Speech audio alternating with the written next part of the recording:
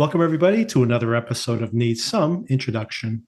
I'm your host, Victor, and on this podcast, we are normally watching a show going week to week and currently talking about two different shows. One is Dexter Resurrection, just published the episode for episodes 1 and 2 of that, and that is published, or those episodes premiere on Fridays, and episodes come out soon thereafter. But today, continuing our conversation of Smoke, the Apple TV Plus TV series, which is now in its fourth episode, an episode called Strawberry. My co-host for these episodes is Darren. G'day there, Victor. G'day, Darren. And we'll be breaking that episode just shortly, but we've seen some other things along the way too.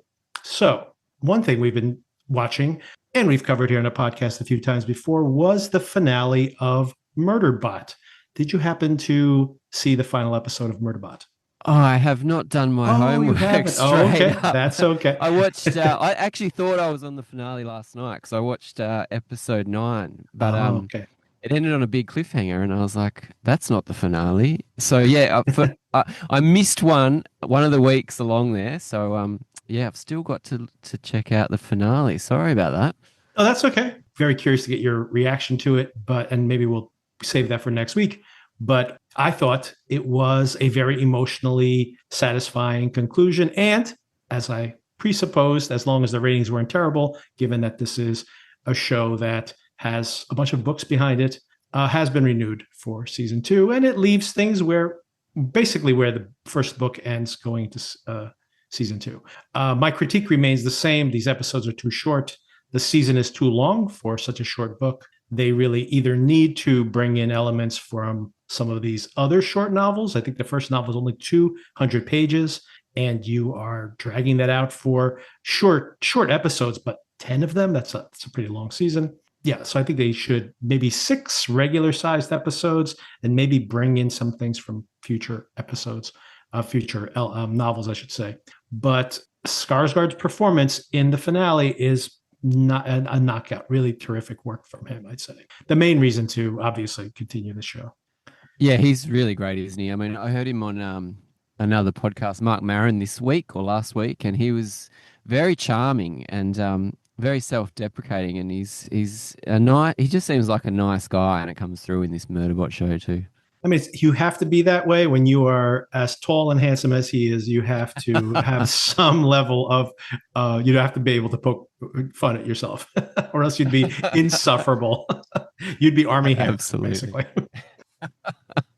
Oh, the other thing, of course, the big one is Superman. So this movie came out, and there's been some hubbub politically around this film, and it's, of course, has this toxic fandom because of the Snyder Superman films, and that is a very toxic fandom, which has basically been cheering for this project to fail. Although, interestingly, they are fans of like the Guardians Galaxy. There's a lot of shared DNA there in that audience.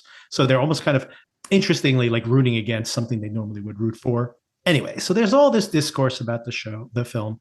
The film came out, it did well, did not do as well as people were hoping for, but the audience reaction to this has been very strong. I've seen it, and I just found out before we started recording that you've seen it as well. And I have a lot of things to say about this film. So I was curious, generally, before we get into any spoilers, what was your takeaway from this film? How'd you like it? Well, we were talking last week that we might have to go and see this film by ourselves. Yes.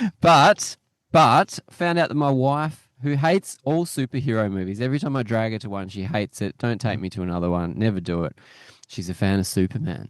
So she was very keen to see it. And so we all went as a family to see it. And generally positive. Thought it was a great time in the cinema. Not too much to take away from it. It's just a fun, rollicking adventure. Couple of negatives. I mean, again, the CGI sequences, a couple of them just go on a little bit long. Yep, that's in all these things. So I didn't really mark it too hard, but so fun. Characters are so fun. Lois Lane is fantastic. Jimmy Olsen, I mean, he's just awesome. His superpower is being incredibly attractive to women for some reason. For some that we don't know. Yeah, we Um, find out that Clark Kent has special glasses, so you don't recognize that he looks exactly like Superman. This guy has the effect without the glasses, I guess, that he can make himself more attractive to women. yeah, that's hilarious. And it's just so fast. And the dialogue scenes, when there has to be dialogue, they're so snappy and so quick that they feel like action scenes in themselves. Look, I really enjoyed it. I kind of feel a little bit dirty saying that just because it's just a really light superhero film, but I thought it was great. What did you think? It's funny to hear you say that because I think it's kind of not very subtle at some of these themes that they're shoehorning in there that I thought were a little on the nose. The power grabbing, small minded, infallible, supposedly billionaire, of course, has become satirized in multiple ways, and I think it's kind of an obvious metaphor for people we know in media now, but also like the whole idea of like him saying I'm an immigrant and these immigrants, quote unquote, being disappeared to these black sites. There's obviously some kind of political metaphor going on there. So I thought that was a little on the nose, and it's definitely he's talking about it. James Gunn is openly talking about it in his interview, so he's not shying away from it. But what did you think about them trying to put in some of these themes into what? I mean, I agree that it's trying to be more of that lighthearted fun. Did you think that was a little too much to put in there? It's an interesting question. It's obvious what he's referring to, Yeah, and I mean, even though the movie was written a couple of years ago, I mean, yeah. these conflicts are still going on. Y- yes, but it didn't turn me off. I mean, everyone's talking about it. All these conflicts these days, and so for a movie to do it, I think it's fine. It's of the time, and these conflicts happen all the time anyway. Yes. Mhm. So yeah, it didn't really rub me the wrong way. I kind of just took it as it lies. Yeah, I didn't like this movie, and Oh, it's really? Okay. yeah. Tell me And more. and it was an interesting experience for me because I literally was sitting there watching the film and I started questioning myself, just thinking like, is it just like these movies just aren't for me anymore? Like maybe I'm just missed it somehow. And then as I was literally in the theater, this is what I'm thinking about while watching the movie. That as I'm thinking about this, like, but I really like Thunderbolts. I liked it a lot. It's like one of my favorite movies of the year.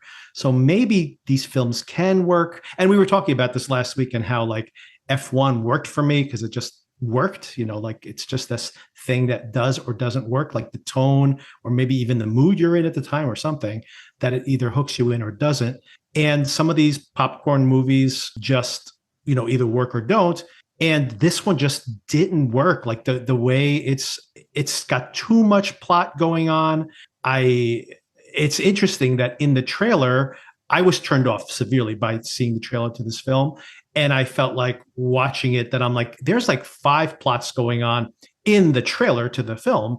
And then really surprised to find out in seeing the film that everything you see in the trailer is like the first 10 or 15 minutes of the movie. So they didn't really spoil that much. They kind of gave it, but that's actually detrimental because it's like 2 minutes into the movie, there's already 5 plots going on. And it just seemed so overly convoluted. I have to say that every single one of the action scenes, and this is the biggest problem I had with the film, I think, every one of the action scenes was so exhausting to me. I was like, please, can this just be over? And I just did not enjoy any of the action sequences. Maybe the action Mr. Terrific. Mr. Terrific, where Lois is protected and he just basically is like flipping those balls around and kicking everyone's butt, which is very short, but that was very fun. But the rest of it, like everything in that, pocket dimension looked absolutely horrible. It went on way too long, just way too. I mean, I know it's only 2 hours long. It felt much longer to me. And it just, the compliments I'll make for it is I think that Lois is terrific. I think that I really like this Superman. I like when he gets indignant when she's like interviewing him and asking him, answer as if you are Superman. He gets outraged, like, why? Because morally it's wrong. And then like that kind of purity of intention was really a good scene. But yeah, like all the superhero stuff was annoying when the Justice League or just the Justice Club or whatever they call themselves, gang, The gang. when they show up, I'm like, are they just trying to introduce more characters? And there's so much going on in this film already. The tone of it, I always, when I watch James Gunn's movies, they win me over by the end. It's kind of like, ooh, this tone is kind of going back and forth for me, not always working. But I like that he takes a big swing. So that's kind of what I appreciate about him. And then at the end, I'm like, I did like that. I have to think about it when I get to the end of the film. And this one, like, there was nothing that hooked me in, like Guardians of Galaxy 3, for example, which was a similar experience I had. But then when I got to the end, it did pay off for me emotionally. And I kind of like the emotion of this film by the end as well. But I think it was just those dragged out action sequences. None of them were interesting for me. One more thing I thought was pretty good was I liked the villain. I liked the Lex Luthor character as written. That speech that Nicholas Hoult gives towards the end, it's like a better psychological profile of these megalomaniacal billionaires than you get in Mountainhead, to be honest. So those things are pretty good. Like those characters, the character stuff worked pretty well. The plot there was too much plot, and the action sequences just, I don't really like the look of the film. It didn't really work for me. So yeah, very interesting. Just on Nicholas Hoult, I feel like his origin story was in The Menu, and he survived yes. the fire that Ralph Fiennes' character did in The Menu, and then he's turned into Lex Luthor from that and lost all his hair. I can't imagine that character though from the Menu would become Lex Luthor. Not smart enough. He would have been smart. Yeah, he would have been smart enough to know that they were all going to get killed at the Menu. What I did like about it, I liked all the extra characters. I liked that I was really interested in how they were going to do an origin story, which they didn't. Right. The story I was did appreciate there. that for sure. The world was already built. I love the start, how it was counting down 3 centuries ago. So I thought it was so smart and pulled me right into the film. And I thought the heart was with Clark's adopted parents. Yeah. I thought they played a really smart role, very homey, and that got me in the feels a little bit. Just during those 2 actors, they brought a bit of heart to it, and I was into that. So yeah, it was interesting that we disagree on this film. Yeah, I wanted to like it more, and I really feel like I'm on the outside. It's once again, it's just this realization that I listened to another podcast, and this is someone I follow on Letterboxd, and they gave the film a rave, like a 5-star. And I'm like, how could this person give this thing a 5-star? And then I heard them on the podcast, and everything I just said to you about they didn't like a lot of the action sequences as well. So they liked the same things I liked. They disliked the same things I disliked. But that's a 5-star for them.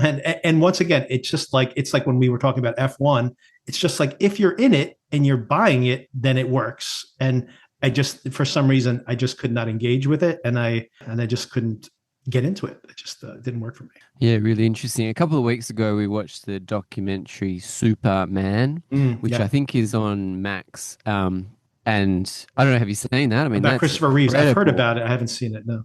Oh, it's an incredible documentary, and that really put us on the side of Superman before we saw Sure. this film. Even though it's a heartbreaking doco, my God, there's not a dry eye when you finish that. Yeah, I have to check that out as well. So much Superman content out right now because of this film coming out. And I appreciate the sentiment of the film as well. I actually, of this film, like the intentions of James Gunn's intentions here. So I do appreciate what he's going for. It just didn't work for me. And normally his scripts do work for me, which and I mean, they could be messy and they could be goofy. And the funny thing about it is he wrote all of Peacemaker, right? Is that what it's called? John Cena does have a very funny cameo in this film, by the way, as Peacemaker. But Peacemaker that's returning this month as well, or next month. I really liked that show. Maybe my favorite thing that James Gunn has ever written. And I think that maybe what this discombobulated plot that he's like shoved into this movie, it works better when it can live over a longer period of time, like a season of television. So maybe that's why it worked better for me, because everything just seemed to be happening to happen, right? It's like, now we're going to introduce this person. Now we need to introduce this next thing. And it really felt like plot was just happening. So the next scene, like, it was very mechanical as I was watching it. And that, if you're not buying into the magic of the moment or the action scenes, then you can't, it's hard to suspend disbelief as much. But yeah, I've never been a huge Superman fan, to be honest, like as a character, although I grew up watching the original Christopher Reeve, which of course I loved. In general, Superman hasn't worked for me as a character, and I was really hoping that James Gunn would change that a little bit for me. But what's your experience, by the way, of the other Superman movies? Like, so yeah, if you want to walk through them, obviously Christopher Reeve, you probably saw those like in reruns when you were a kid. What was your appreciation of that character throughout your life? Oh yeah, absolutely. I mean, we grew up with those in the 80s. I don't think I remember seeing them in the cinema, but on video and on TV or on repeat. And I remember liking the one that no one likes, which I think was Superman 2, where those three people were trapped in those panes of glass that came down. As a kid, I really people like 2. I think it's 3 and 4 where people really lost the plot there.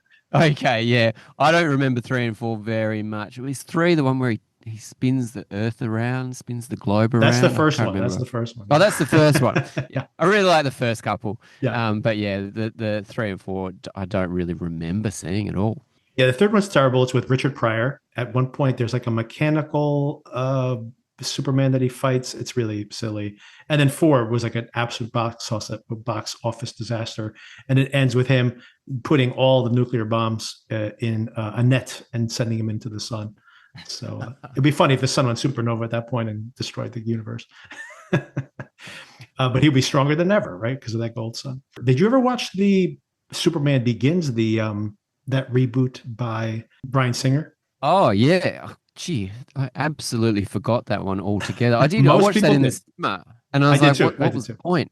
Yeah, I was a bit mystified with that one because I was quite into this into the reboot, and it just did nothing. Was there a sequel to that? I can't even remember. No, it kind of flopped, so they never really. I think it did okay, but it was not what this is rebooted right after Batman got rebooted, so it obviously didn't do as well as that. And also given the budget, the amount of money they spent on it, it didn't really meet expectations. And then speaking of Batman, Christopher Nolan produced that first of the Zack Snyder films. And who was Lex Luthor in that Superman Returns? Oh, that was also canceled. Oh, not Kevin Spacey. Kevin Spacey, yes. Mm-hmm. Wow. Okay. Completely forgotten. Double canceled. That movie's double canceled. Were you a fan of the Zack Snyder Superman films? Oh, being a fan, that's a big call if you could be a fan of those films. I didn't mind Man of Steel. I don't think I saw it in the cinema, but I think I quite enjoyed it on DVD or however we were consuming films then. And I was really keen for Batman vs. Superman, which I think was the sequel to Man of Steel. Yeah. And it was all over the place and very dark and very sinister. Watching this new one, I kept thinking about the Zack Snyder universe and how serious he goes, whereas James Gunn just plays it off really easily, really quickly, and it's a much easier watch, I've got to say.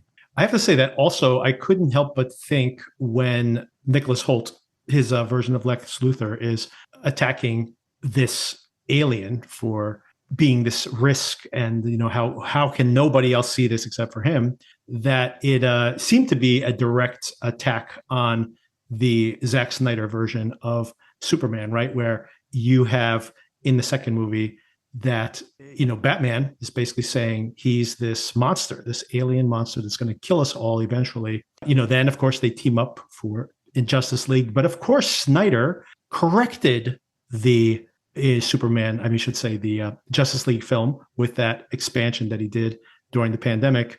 And in that one, we flash to the future where, of course, Superman has lost Lois Lane and has destroyed like half the population of the earth because, of course, in the end, Superman is simply an evil alien that will kill us all and enslave us. That's my fundamental critique, my revelation about Zack Snyder that I had a long time ago. And I've kind of had this revelation all the way back when he did 300. He adapts these things that he loved when he was a kid, and he either intentionally changes the message of them or he misunderstood the material to start with, because all his adaptations completely miss or undermine the original intention of the material. And that's a perfect example, right? Where he took Superman as like, yeah, Superman is, historically this a bastion, this beacon of hope and kindness. And we do have it here. Thank goodness they brought that back for this film, which gives me some hope if this film does leg out. It's not doing great, to be honest with you, but if it does continue and DC, this new reboot, continues to succeed, that I do look forward more to seeing this version of Superman than the Snyder version, where it's like, hey, I gave you guys where I was headed in the future, that if we had continued the series, eventually he's going to turn into an overlord that enslaves everybody on Earth. I'm like, oh, great.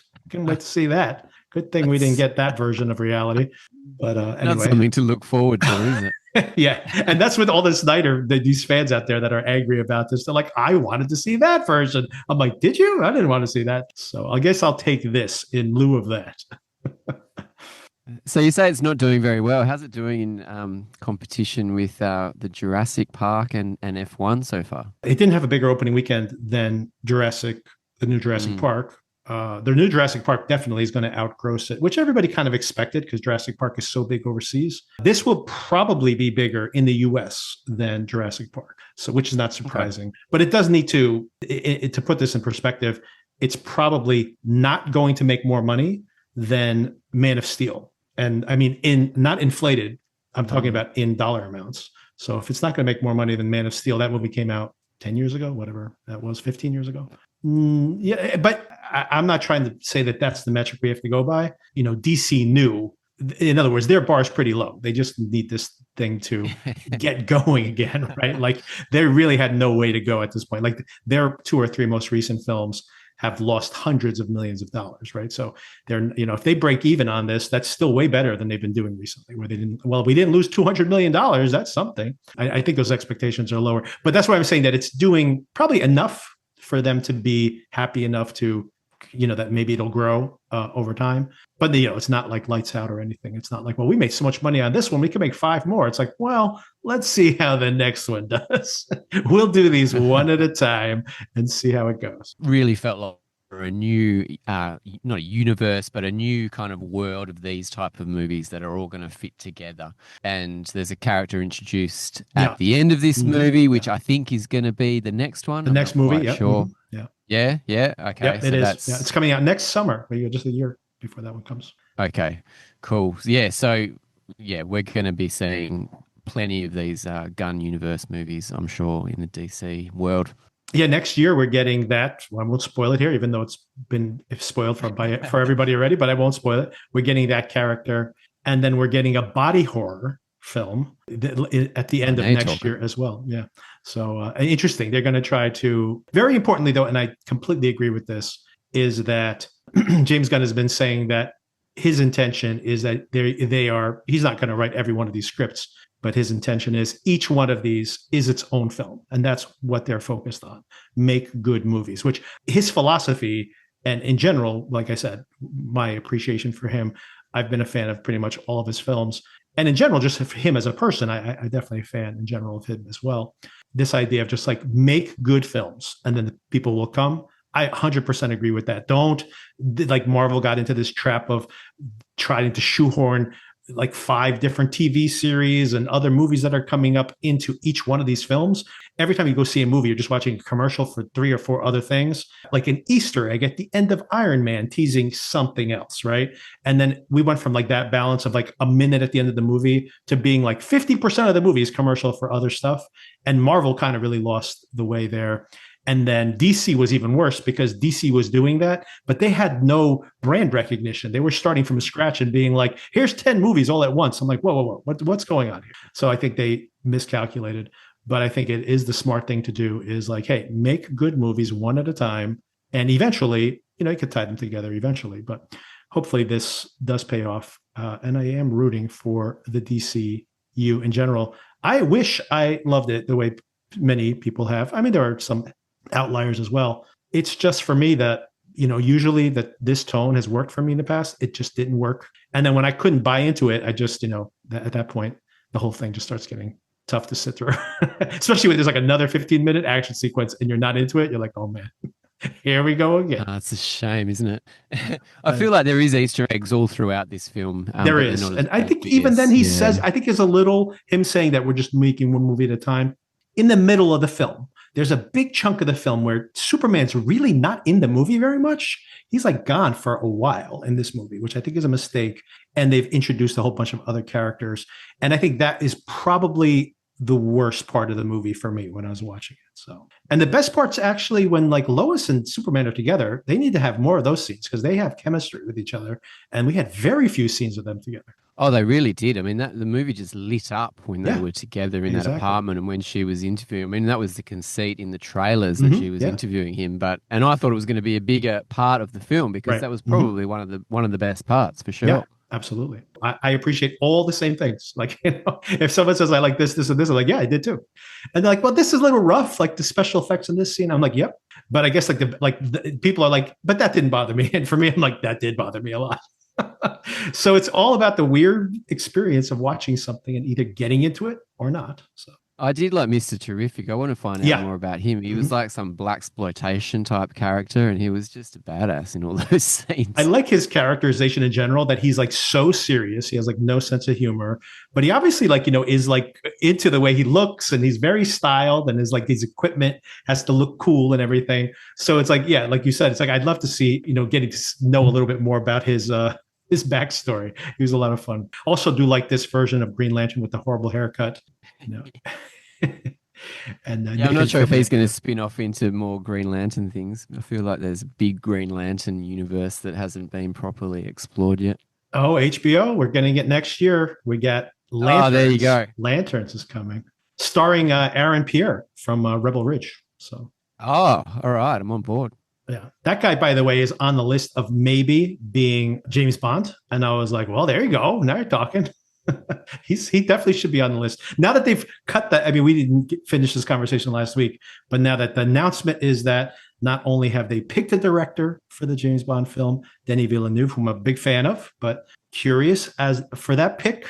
He's not a director that has a lot of humor in his films.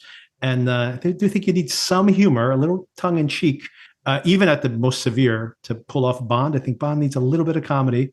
So I'm curious to see if he can straddle that line. But also, that whoever they're casting for Bond will have to be less than 30 years old. So all those people who are being put out there as potential James Bonds, they've all been cut off the list. So, and that Pierre guy is British, is he? He is. I'm surprised. I actually knew that, and I totally forgot. And then I was like, oh yeah, that's right, he is. So there you go. With his natural accent, then maybe he can pull off the Bond character.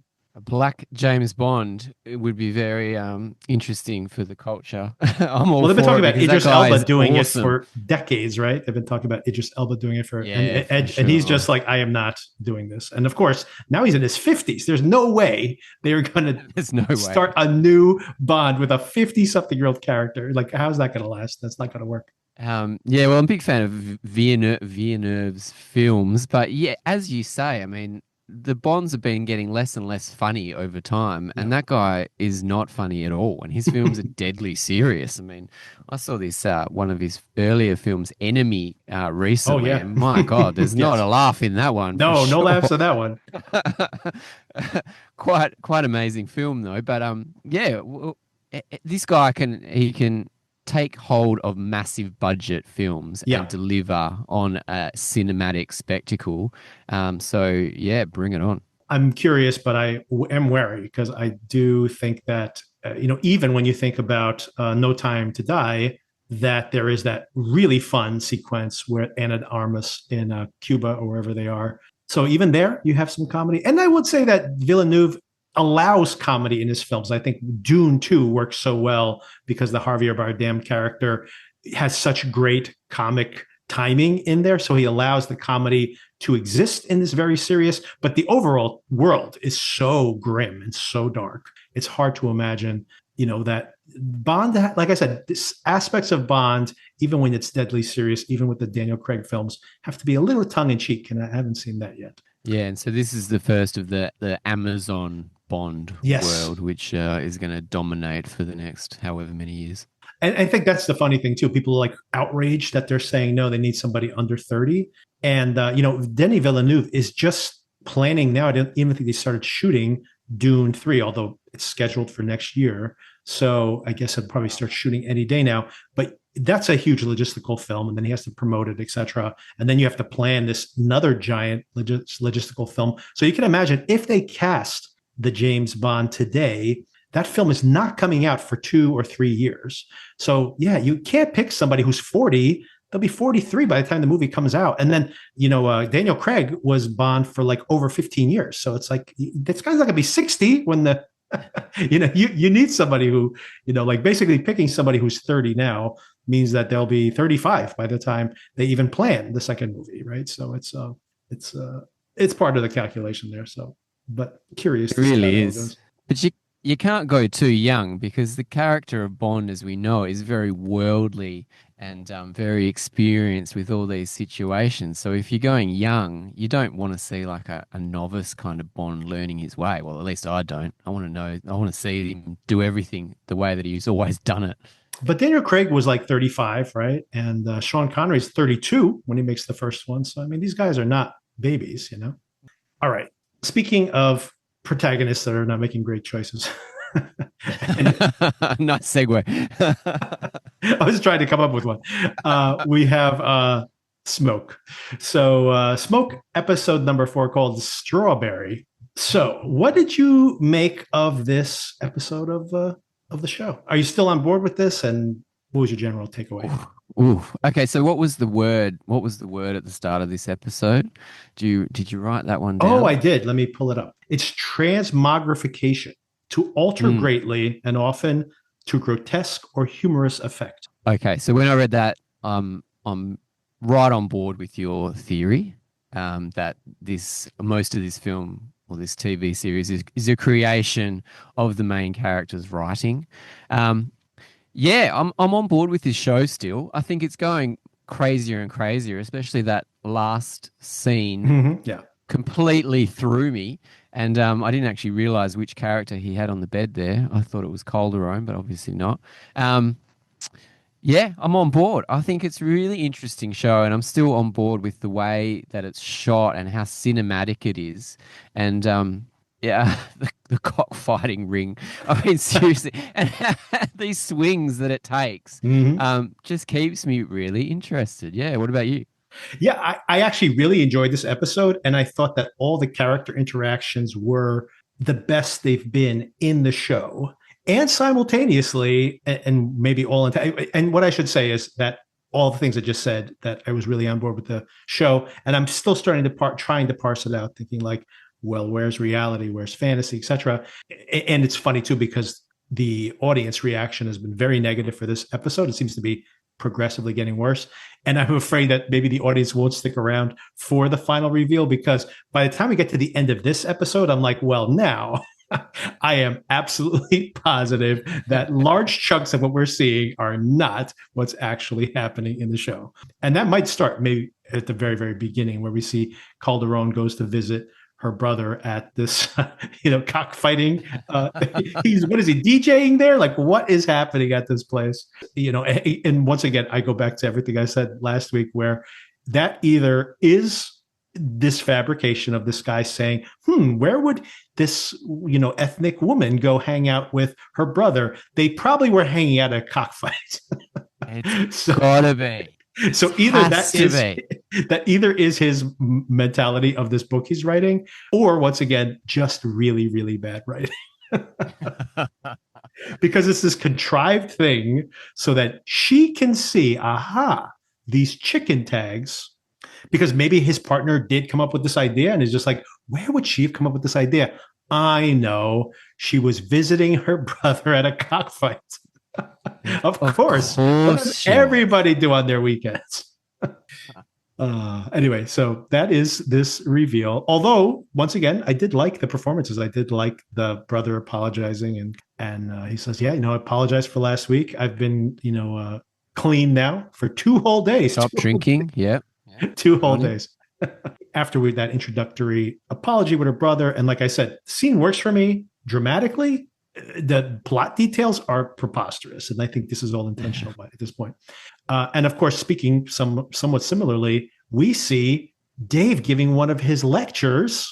And yes, how insane is this whole situation where he is, basically sexually harassing this girl in the middle of this class and then sets actual fires. While you were distracted, I was setting fires all around you. I'm like, hey, is that a metaphor for what's going on here or not? It's insane, and it's so well shot. Again, I mean, Yeah. in seeing that fire truck in the background, the way the projector is creating these colors near Calderon, so good. And Dave's just playing it up Mm-hmm. as an actor or as a character. It's just so funny and so entertaining. On the other side of things, someone who's not dealing very well with any of this, of course, we have Freddy's character was smart enough, got enough social tact to understand that he's not getting that follow-up interview. And of course, that moment, that little bit of dignity he kind of allowed himself there, he really has a disastrous reaction to it this week. A couple of things that happened there. One is he wants to have his hair cut to become invisible, right? So he's now this is hairdresser again, who once again, this lady smart enough to be like, hey, I don't want to have this really ugly interaction with you while I have clients around. So come back after 5 o'clock. And I'm like, well, maybe she's going to keep the door locked.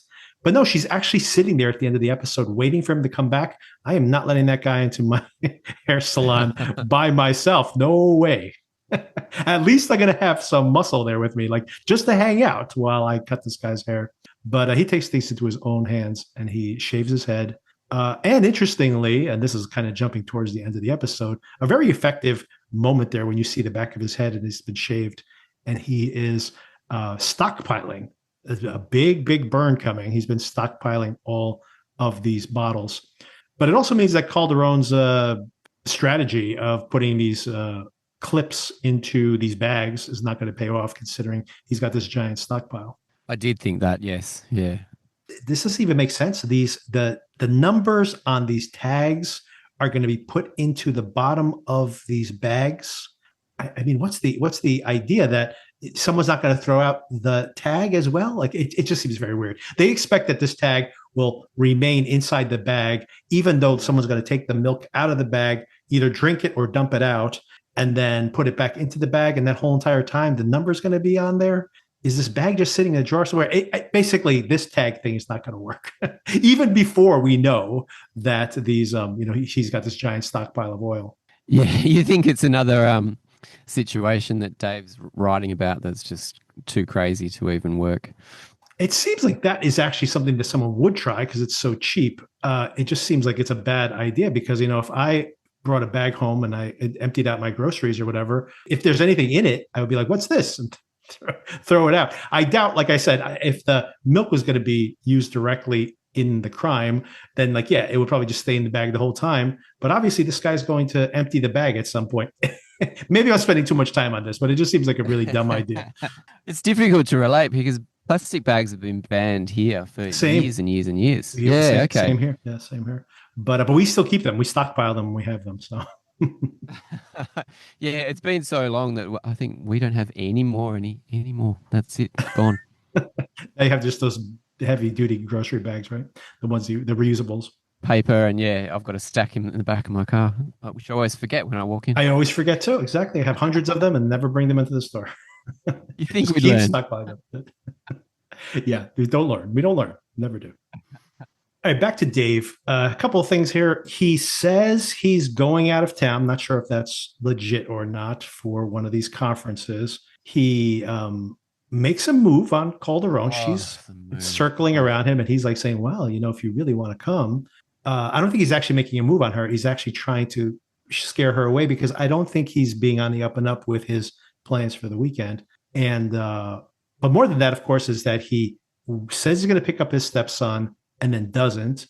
After having this kind of heart-to-heart with him earlier, I actually thought that he did a pretty good job of getting, kind of apologizing and trying to tell him, like, look, I'm trying to, help you out, or it should say, I'm trying to be a better role model for you. So he kind of seems to be on the right path there. And then only to the same day forget to pick him up at school. But Calderon, of course, takes advantage of this, and she picks him up and finds out a little bit more about Dave. So you think that when Dave was cracking onto her and invited her out to this suite that he has, mm-hmm. you think that he wasn't really asking her out because she was always going to say no. There is no chemistry between these Right. guys. Yeah. So, yeah, that's interesting. But so good. I just love the way that he's trying to pick her up. And Mhm. he must have known that she was going to say no and turn him down. Well, yeah, that's how I read it actually, and I guess it's interesting that you can read it more than one way. But I read it as in he's not actually going to this conference this weekend, and he's probably maybe even planning a fire or something. And she kind of knows that. It's like, oh, so what are you up to? Oh, I'm going to this conference, and she's calling him out on it, going like, oh yeah, I'd like to come to that conference also. And then he's like, well, it's kind of booked up, but you can stay with me if you want, as a way for her to be like, ew. No, thank you. Like I think it's not like he thinks she's going to take the bait. I think she's actually, he wants to push her away in that case. So maybe I'm giving him too much credit psychologically, but I did read it that way. Yeah, that makes sense because it really is pushing her away the way that he raised his eyebrows like that. Yeah, everything about him is pretty not very attractive here. Yeah, he's become a less and less attractive character here. It's almost as if, and maybe that's where we will see a separation of truth and fiction. The kind of very able character he was early on, that maybe that first two episodes before that reveal.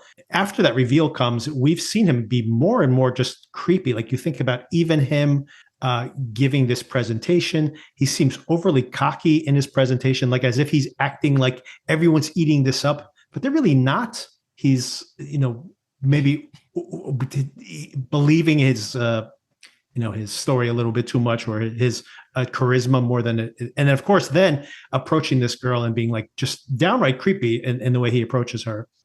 You could at least like turn instead of like, badgering her with more questions, you could turn to another guy to just at least show that you're not like picking on her. And it was like, yeah, that whole interaction was very creepy. And of course, Calderon's there watching the whole thing and feeling it out.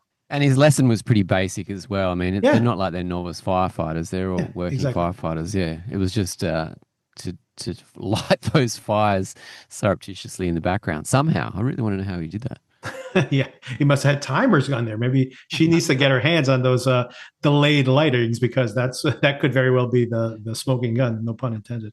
And how cocky he is So, after his wife realizes that he hasn't picked up her son. And he's mhm. just sitting there in his study. His legs are up. He's leaning back, trying to find more moments of genius to write in this novel of his. Yes. And she just calls him out for it. And then, of course, we get to this revelation. A couple of things happen very close to the end. This is where I think the show at this point is openly starting to play its hand here. That not only this whole interaction at this convenience store, where, of course, he's looking at the potato chips, or this character, I should say, is looking at these potato chips to set this fire and contemplating this. And then randomly, like this, most preposterous character imaginable, this MILF with like strawberries in her, and the only thing she's buying is strawberries. That then she, turns up and she's like, "You don't look like the type of person who would eat potato chips." First of all, how does she know if he's fit or not, considering he's like dressed up in this, baggy outfit and looks like a total creeper? Like no one's going to approach this guy in the grocery store, to the point where I was like, well, maybe this was a hookup, right? Like maybe they've done this before.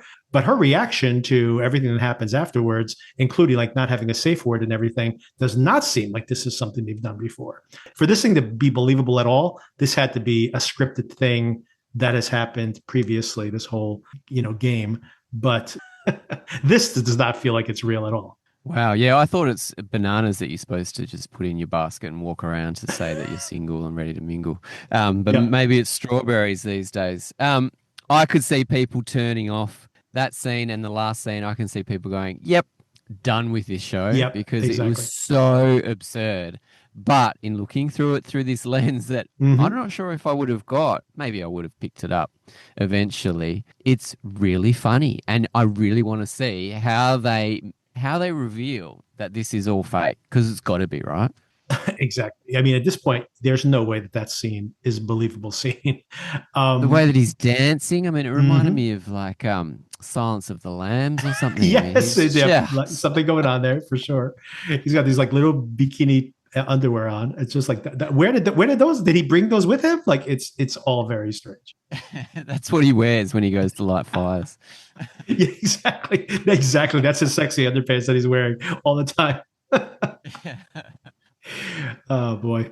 Yeah, that's But I was shocked. I did think it was Calderone. I didn't twig that was the MILF in the store. So I was very shocked but yeah, it made sense that it was the MILF. Okay, and but still, just yeah. Remember, she has the up. strawberries in her basket. The only thing she bought that night was strawberries, apparently. Oh my god. And like I said, it would almost. And it's funny. Only in preparing for this conversation that I was like, is it possible that is not just a fantasy sequence? And then I'm like, oh, well, she only bought strawberries. Their safe word is strawberries. Maybe this was like a planned thing. But like I said, I literally rewatched the last few minutes, and not for the reasons you think either. Because it didn't work for me. Trust me. Setting someone on fire right before sex is not really the turn on for me.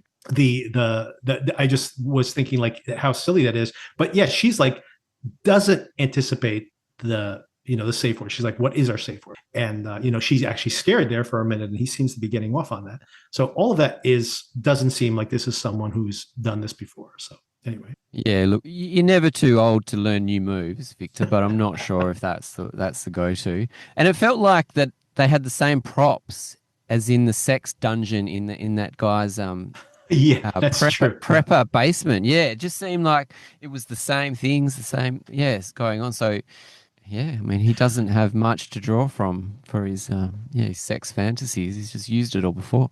You know what? That is a really good point that you bring up. That how silly I thought that the sex dungeon there was in that prepper's basement, and now I didn't even think about that. But then, of course, we have a somewhat similar in this circumstance. It really is like somebody who is just making something up, and like you said, while they're writing, they just use the same thing.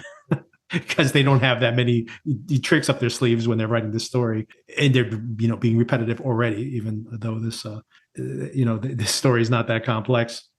So yeah, so because he's not a good writer, because his wife says she's a librarian. Oh, yep. She would know. She knows. She's an expert. She's an expert. One more important point here is that when Calderone is doing her investigation, she comes across a card in his drawer. And it turns out that very interesting conversation. One of my favorite moments in this whole entire thing is when she goes out for drinks with the Drag Kinnear character, the chief, and he's spilling all the beans. He's like, oh, I don't talk about behind. He's like, just get a couple of drinks in and he'll tell you everything. And I did think this was a lot of fun. Turns out he's had many partners before, but she's the first lady partner he's had. But he doesn't get along well with partners. Again, not surprising to find out this guy's an antisocial creep. We've kind of seen proof of it multiple times now. But he did have one particular partner who ended up shooting himself, right? He shot himself in the foot or something. And that's why he was kind of a laughing stock. His name was Ezra, and he was his partner. And right before this whole embarrassing situation happened where he lost his badge, he turned out to have accused Dave of being a serial arsonist. Interesting. And this character will definitely be entering the story next week. Yeah, and it's a big name, isn't it? John Leguizamo, yeah. There we go. Yeah, I just twigged that he was supposed to be in this show and we haven't seen him yet, so he's got to be this guy. Yeah, Greg Kinnear stealing every scene again. He's so adorable. And by the way, John Leguizamo, I've been waiting for this because all the reviews, the critics who've seen the show have seen the whole thing. So I guess they're savvy onto whatever twists are yet to come. But they all say John Leguizamo is absolutely hilarious in this role. He's like steals the whole entire show. So I've been waiting. Say terrible then. So I've been waiting for him to emerge, and here we go. We'll see him next week. So hopefully, the audience that is losing their patience here may turn that around next week. We'll wait and see. Oh, that's good. He's so fun. Last time I saw him was in The Menu, which he was also hilarious in that show. Yeah. That's good. That's good, because I think, again, the show needs to change it up, because with that ridiculous ending, it's got to bring something to us. Yeah, I have a big question mark with how much of this is real or not. But I do wonder how they're going to reveal to us what that defining line between reality and fantasy is, because it seems like the show has gone too far to cleanly do that. But I mean, we'll wait and see how it plays out. Oh, one thing I forgot to bring up, which almost again puts your finger on how this is made up.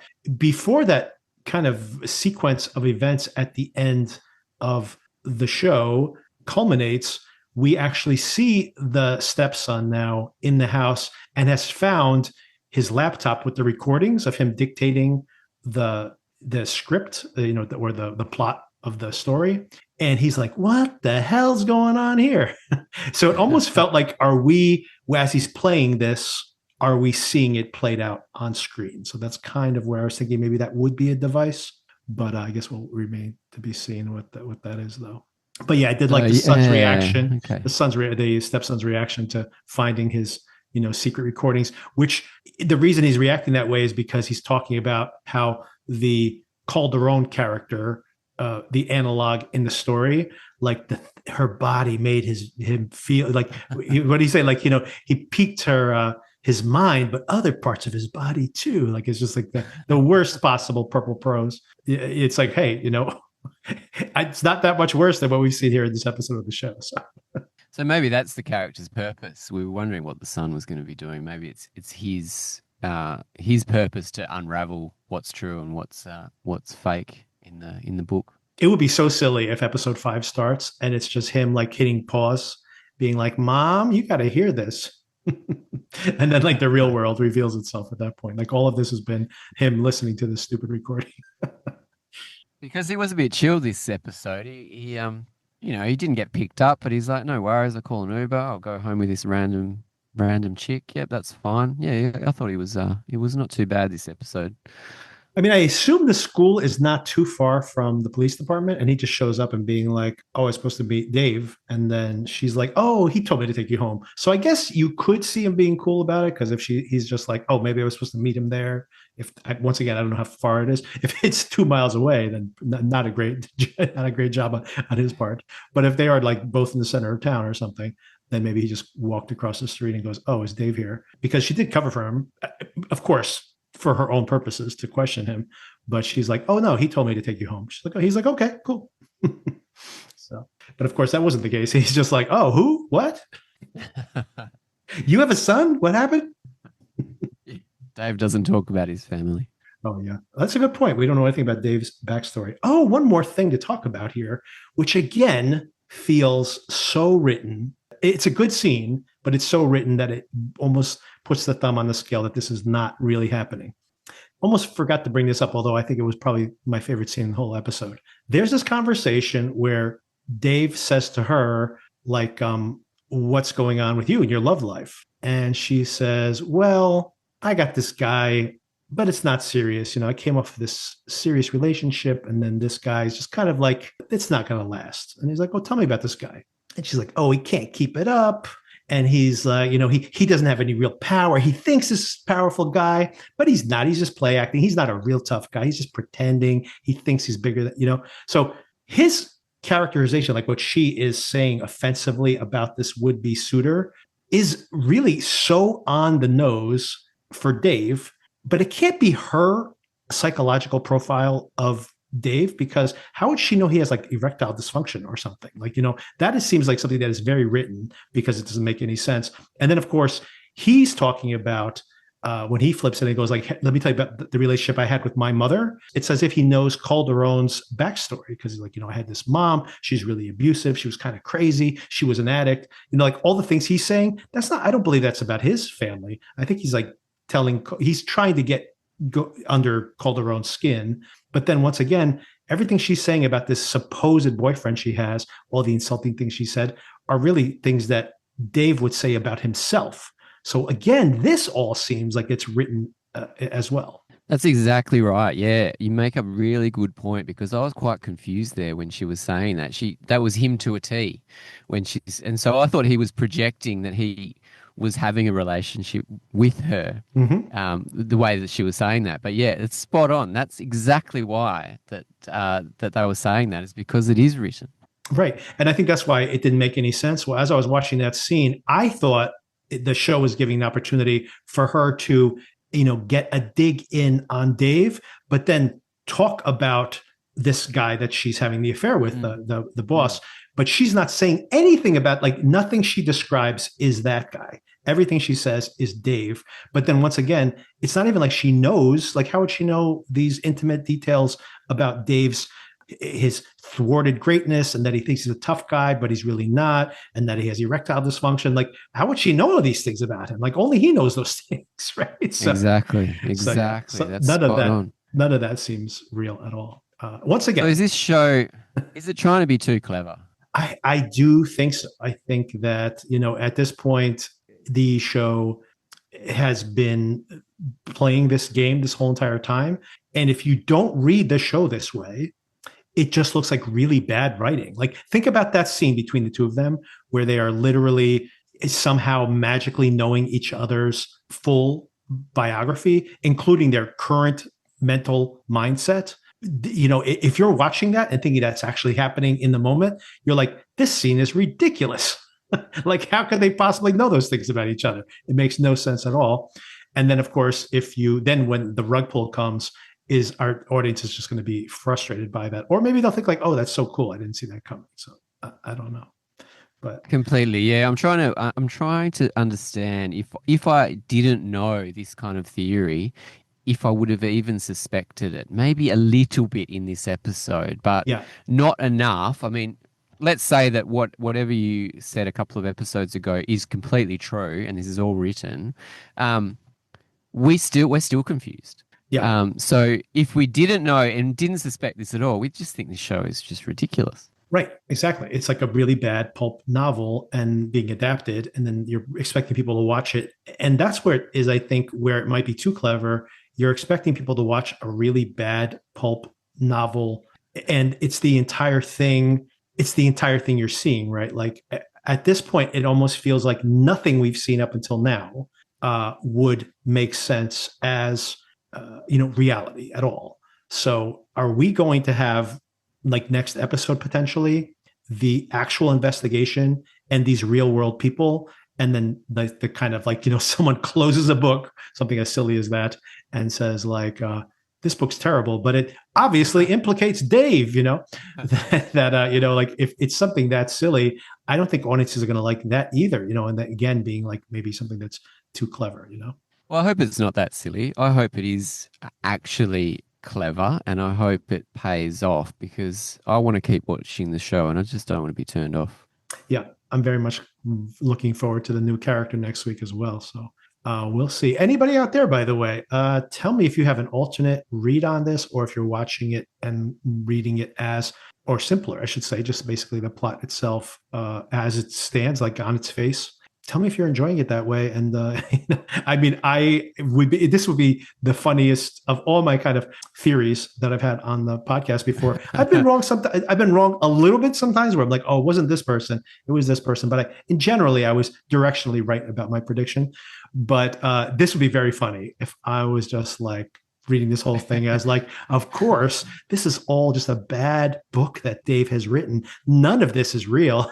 It's like, oh, that was the show? Wow, that's very like, I'll be ultra disappointed at the end when I realize that all of this was just the show itself. I've been backing your theory because you're rarely wrong. So yeah, if anybody else has any perspective on this, it'll be very interesting to hear, because I haven't read any reviews of this show. So yeah, I'm kind of watching it in a bit of a bubble with yourself. Oh, and the last thing is, anybody out there, if you do have a theory on it, that if you do think that there is some parts that are real and some parts that are invented, and you have seen, I have not rewatched any of these episodes. I've seen them once. I rewatched some scenes here and there to get some details right when I'm taking notes. But in general, I have not watched the show all the way through more than once to kind of, plot out whether my theory holds up or not. But anybody who's seen this closer or has caught on to some device in the show that cleanly tells us, for example, like, well, because some shows have done this in the past before, right? Where when you see this, they're in the book, and when you see this, it's the actual story. So if you've picked up on that, I have not. So, but if there's something you've picked up on that you have a theory on it, let me know, and email us, needsomeintroduction@gmail.com. All right, Darren. So next week we will be discussing this next episode of the show. Oh, quick question for you. We are also, of course, talking about Dexter Resurrection. Did you watch Dexter Resurrection yet? I didn't know. Okay, so I was trying to stay up late last night because the Wimbledon men's final was on, but it was Mhm. just too late for me. I was just trying. I was watched a bit of Murderbot, and my wife's like, "What is this crap you're watching?" So I put Dexter on, and I Mhm. was trying to get through the recaps. And I didn't see the last season of Dexter when he's in the forest and his son. Oh, I didn't know who that was. yeah. Um, and then the actors came back. Jimmy Smits came back, and then the Hmm. other guy. What's the other guy who was the serial killer? The John John Lithgow. Lithgow. Hmm. Loved him, but it was so long ago that I watched Hmm. these series Hmm. that I was like, I can't even get through the recap to watch the show. So I'm not sure what I'm going to do. Maybe I'll listen to you guys talk about it, and maybe that will get me interested in watching it. We did watch that show, the upstate New York one where they're in the snowbound season of the show. It was very silly and supposedly was the final death of Dexter, which of course he didn't die. He came back. And so you missed out on the whole relationship with his son and stuff. What I would say is that season was very silly and didn't really work for me. I've only seen 2 episodes of this show so far, but this was so much fun. I had a lot of fun with it. I love seeing him in New York City. It was a lot of fun, but we'll see how long that lasts, though. I did mention to Okay. Sona that the reviews for the show have been very positive, but the critics got 4 episodes, not nine of the 9. Usually sometimes you get the entire season of the show. Sometimes, if there's a twist at the end, they won't reveal the last, like the White Lotus, I think, when that went to critics, the whole season except the last episode was sent out. So they kind of want to keep some things on their wraps. This is a 10 episode or 9 episode season. I forget, 9 or 10. And they sent the critics 4. So I'm like, is the show good for the first 4 episodes? That could be the case, but I guess we'll discover it all together. Well, what piqued my interest is that I saw Uma Thurman is Yeah. in it. Is that right? Yeah, cool. I haven't seen her in a long time, but yeah, massive fan of her, and also Peter Dinklage. Yes, you don't see Peter Dinklage has not revealed himself. I think he shows up in episode 4, but the without spoiling anything for people who aren't watching it, Uma Thurman turns up in episode 1, and she is stalking other serial killers. So what she does is she breaks into people's homes. She takes everything apart. She finds where they're stashing their trophies of their kills. So identifies them. She puts everything exactly as it was, and then she leaves them an envelope, an invitation, and we still don't know what the invitation is for. But apparently, from the trailer, if you've seen the trailer, and this is, people can skip ahead if you don't want to see this, but it's in the trailer that Peter Dinklage has started to collect a club, a serial killer club. And I assume that Dexter eventually is going to be invited to this. And everybody in the club, you have this club of serial killers is famous actors, including by the way, David Dismalchin is in there as well. Oh, fun. He's such a serial killer. Exactly. Oh, by the way, the actor who plays Freddy here is also a regular on the Dexter show as well, one of the leads. So he's Oh, in yes, both yes. shows. Yeah. Both shows we're talking about. But Kristen Ritter is one of these, I believe, Great. one of the. Great. Yeah. But All there's right, some you're big. selling it to me, so I might have to check it out because I do want to listen to you guys talk about it. Yeah, I think, and you can, if you want to listen to our conversation, we kind of fill in the blanks on things you might have missed previously. Oh, Neil Patrick Harris is one of the serial killers as well. Oh, funny. Yeah. Okay, so the cast is great. Yeah, great cast. It's funny too because like they're kind of not teasing the whole serial killer club part of this that much early on in those first 2 episodes, but then like all the media is around the guest stars and they're all in the credit, in the cast credit when you see the show, they have all their names up there. So it's like everyone who's watching is like, where are those people? It's like they're coming eventually. Yeah, and Peter Dinklage apparently is their ringleader. But yeah, that should be interesting and will last for couple more months. Okay, I'll have to check that out. And the summer of movies continues. So is Fantastic Four out this week? Is it No, next week actually. This weekend, next week? I will be watching Edington. Oh, that's a quick question I have for you. Ari Aster. Midsummer. I love Midsummer. Mhm. Hereditary was great as well, but yeah, it was a bit sinister at the end. But for some reason, Midsummer, I've seen it a couple times and just really enjoyed it both times. Haven't seen Beau is Afraid, but yeah, I know nothing about Edington, but looking forward to it just based on Ari Aster's name. I'm curious to get your reaction to Beau is Afraid. I'm fascinated by Ari Aster's career because also a huge fan of Hereditary. When you see Beau is Afraid, this piece of information is going to be interesting to you. He wanted to make Beau is Afraid first as his first movie, and he could not get that made. So he made Hereditary. And if you watch Hereditary and Beau is Afraid, you'll see the two things map onto each other. And you realize how he just changed things from one to the other to make that other script change things drastically, of course. But then you have Midsommar, which he was like a job for hire. And what I would say is that it almost feels like the compromises he had to make to put his ideas into a genre film or whatever worked really well. Those first two films are so strong. And then with Beau, he got to make exactly the movie he wanted to. Talking about vibes, my sister, for example, despises that movie, despises it passionately. Every moment of that film is just provoking the audience to like give up on it as you're watching it, is as intentionally antagonistic. And I've heard Edington is similar to some regards, by the way.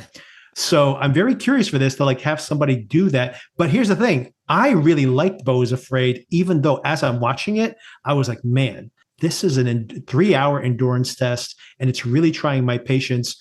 But at some point, like halfway into the film, I like hooked into what it was doing.